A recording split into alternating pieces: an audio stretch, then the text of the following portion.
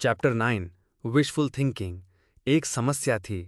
वो लोग पहले सोच रहे थे कि वो सड़क के रास्ते पहाड़ी दर्रे तक पहुंच जाएंगे और उसके बाद जितना दूर मैसेकर की सीन से निकल सकें उतना दूर चले जाएंगे रात होने से पहले। लेकिन अब वो रास्ता रहा ही नहीं।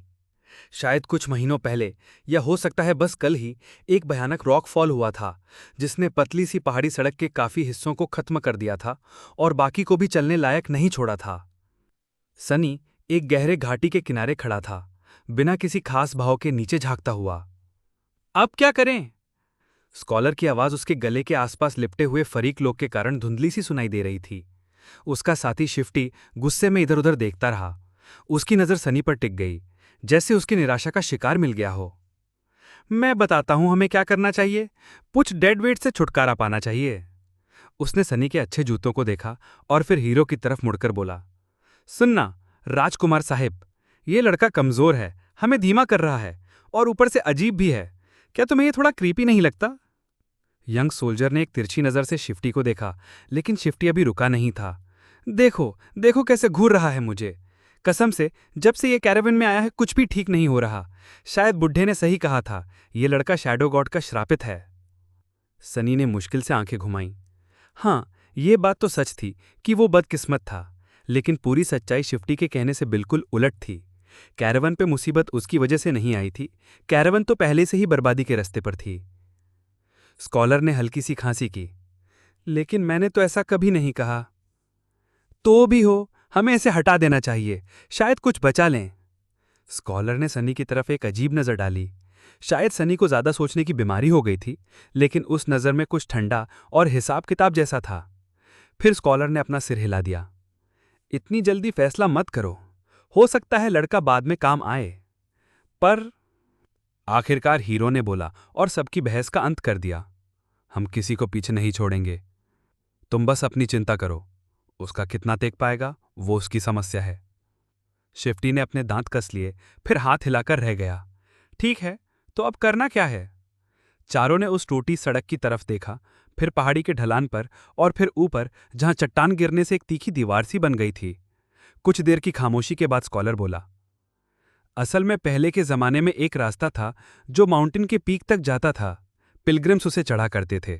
बाद में एम्पायर ने उस रास्ते को थोड़ा वाइडन करके एक प्रॉपर रोड बना दी थी, जो अब पास तक जाता है, पीक तक नहीं। उसने ऊपर देखा। उस पुराने रास्ते के निशान अभी भी कहीं ऊपर होंगे। अगर हम वहां तक पहुंच जाएं, तो हम सड़क के सही हिस्से तक वापस पहुंच सकते हैं। सभी ने उसकी नजर का पीछा किया, लेकिन उस खतरनाक चढ़ाई को देखकर बेचैनी से हिले। सिर्फ हीरो ही शांत था, जैसे उसके अंदर कोई तूफान ही ना चलता हो।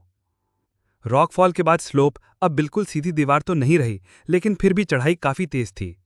शिफ्टी ने सबसे पहले रिएक्ट किया। चढ़ना? तुम पागल हो गए हो क्या? स्कॉलर ने कंधे उछालिए। तो क्या कोई और बेहतर आइडिया है तुम्हारे पास? किसी के पास कोई जवाब नहीं था। चढ़ाई शुरू होने से पहले सब थोड़ा तैयार हो गए। शिफ्टी और स्कॉलर ने मरे हुए सैनिकों के हथियार उठाए हुए थे।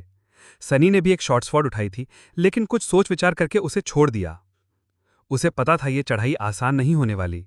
तलवार ज्यादा भारी तो नहीं थी, लेकिन इस चढ़ाई में हर ग्राम एक टन बन जाता, और ग्रुप का सबसे कमजोर सदस्य होने के नाते वो वैसे ही मुश्किल से साथ चल पा रहा था। पहाड़ी सड़क पे चलना ही मुश्किल था, लेकिन सीधे स्लोप पर चढ़ना तो जैसे किसी ने सजा दे दी हो। आधे घंटे के अंदर उसके मसल्स जलने लगे, फेफड़े फटने को आए। फिर भी सनी दांत कसकर चढ़ता रहा। उसे लगातार अपने कदम संभालने की याद दिलानी पड़ रही थी। इस ठंडे बर्फ भरे स्लोप पर एक छोटी सी गलती भी मौत ला सकती थी। कुछ अच्छा सोचो, उसने सोचा, लेकिन अच्छी बात क्या होती? कुछ और ना मिलने पर उसने सोचा, फर्स्ट नाइटमेयर का रिवॉर्ड क्या होगा? क्योंकि वही था जो किसी भी अवेकेंट के लिए सबसे इंपॉर्टेंट होता है। फर्स्ट नाइटमेयर का बूंद 3 चीजें देता है। सोल कोर्स को देखने और छूने की पावर, यही होती है स्ट्रेंथ का बेस। जितना स्ट्रांग कोर उतनी ज्यादा पावर। नाइटमेयर क्रीचर्स के पास भी कोर्स होते हैं, और वो एक से ज्यादा भी हो सकते हैं, जैसे माउंटेन किंग के पास 5। ड्रीम रेल्म का एक्सेस। ट्रायल के बाद बंदा स्लीपर बन जाता है और पहले विंटर सोलिस के साथ ड्रीम रेल्म में चला जाता है।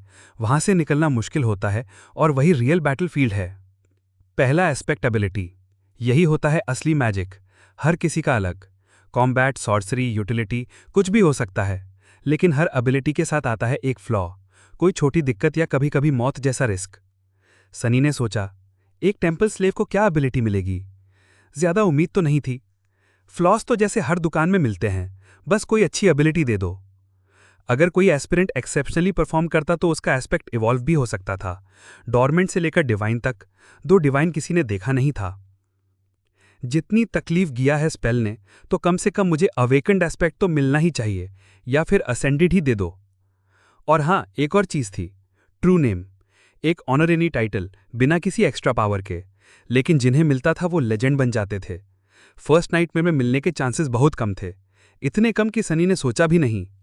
एक्सेलेंस का क्या करना है, मुझे बस पावर चाहिए। फिर उसने सोचा, शायद मुझे ड्रीमिंग से एलर्जी है। आयरॉनिक ही होता ना, जब आधा जीवन उसे ड्रीम रेल्म में बिताना है। सनी के ये सपने ज्यादा हेल्प तो नहीं कर रहे थे, लेकिन टाइम पास हो गया था। उसने ऊपर देखा, सूरज नीचे जा रहा था, और हाँ, हवा भी ज्यादा ठंडी लग रही थी। कम से कम वक्त तो बीत गया, सनी ने सोचा। रात करीब आ रही थी।